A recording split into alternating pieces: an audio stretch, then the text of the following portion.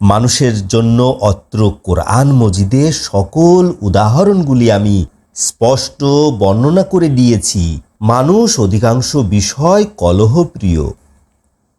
মানুষের কাছে হেদায়াত এসে যাওয়ার পরে ঈমান গ্রহণ এবং ক্ষমা প্রার্থনা করতে ইহা ছাড়া আর কোনো কিছুই বাধা দান করে না যে তাদের কাছে পূর্ববর্তীদের রীতি এসে যাবে অথবা সামনাসামনি আযাব এসে যাবে। আমি রাসূলগণকে সুসংবাদদাতা এবং ভয় প্রদর্শনকারী ছাড়া অন্য কোনো উদ্দেশ্যে প্রেরণ করি না। এবং কাফিররা মিথ্যা নিয়ে বিতর্ক করে যাতে করে তারা সত্যকে পরাজিত করতে পারে এবং আমার নিদর্শনের সাথে এবং যার মাধ্যমে তাদেরকে ভয় দেখানো হয় তার সাথে উপহাস করে।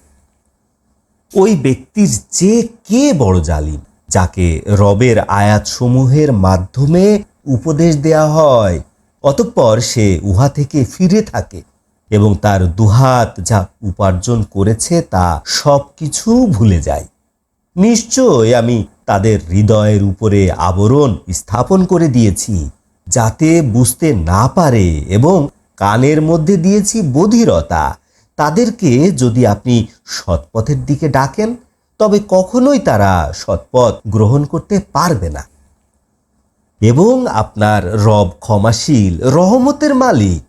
তাদের উপার্জনের বিনিময় যদি তিনি তাদেরকে শাস্তি দিতে চাইতেন তবে দ্রুত তাদের শাস্তির ব্যবস্থা করতেন, বরং তাদের জন্য নির্ধারণ করেছেন একটি সময় যা থেকে কখনোই তারা পরিত্রাণ পাবে না। ওই সব জনপদ যখন তারা অত্যাচার করেছে আমি তাদেরকে ধ্বংস করেছি এবং তাদের ধ্বংসের জন্য একটি সময় নির্ধারণ করে রেখেছিলাম। স্মরণ করো যখন মূসা তার যুবককে বলল, আমরা চলতে থাকব যতক্ষণ না আমরা দুই সমুদ্রের মিলনস্থলে পৌঁছে যাব, অথবা আমরা যুগ যুগ ধরে চলতে থাকব। অতঃপর তারা উভয় যখন দুই সমুদ্রের মিলনস্থলে গিয়ে উপনীত হলো তখন তারা উভয়ই মাছের কথা ভুলে গেল। মাছটা নিজের জন্য সুড়ঙ্গ পথ তৈরি করে সমুদ্রের মধ্যে ঢুকে পড়ল।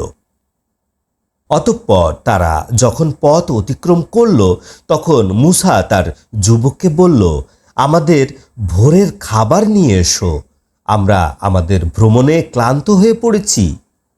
যুবকটা বলল, আপনি খেয়াল করেননি আমরা যখন পাথরের কাছে আশ্রয় নিয়েছিলাম?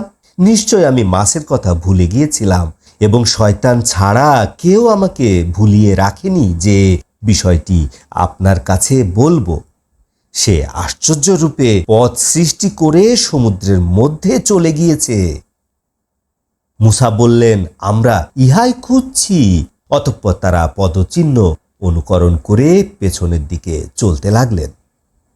অতঃপর তারা আমার বান্দাদের মধ্য হতে এক বান্দাকে পেল যাকে আমি আমার পক্ষ থেকে রহমত দান করেছিলাম এবং আমার পক্ষ থেকে বিশেষ জ্ঞান শিক্ষা দিয়েছিলাম। অতঃপর মূসা বললেন, আমি এ উদ্দেশ্যে আপনার অনুসরণ করতে পারি কি যে আল্লাহ তাআলা আপনাকে যে সৎপথের জ্ঞান দান করেছেন তা থেকে আমাকে শিক্ষা দিবেন? খিজির বললেন, নিশ্চয় তুমি আমার সাথে ধৈর্য ধারণ করতে পারবে না এবং এমন বিষয়ের উপরে তুমি কিভাবে ধৈর্য ধারণ করবে যে বিষয়ের খবর তুমি রাখো না।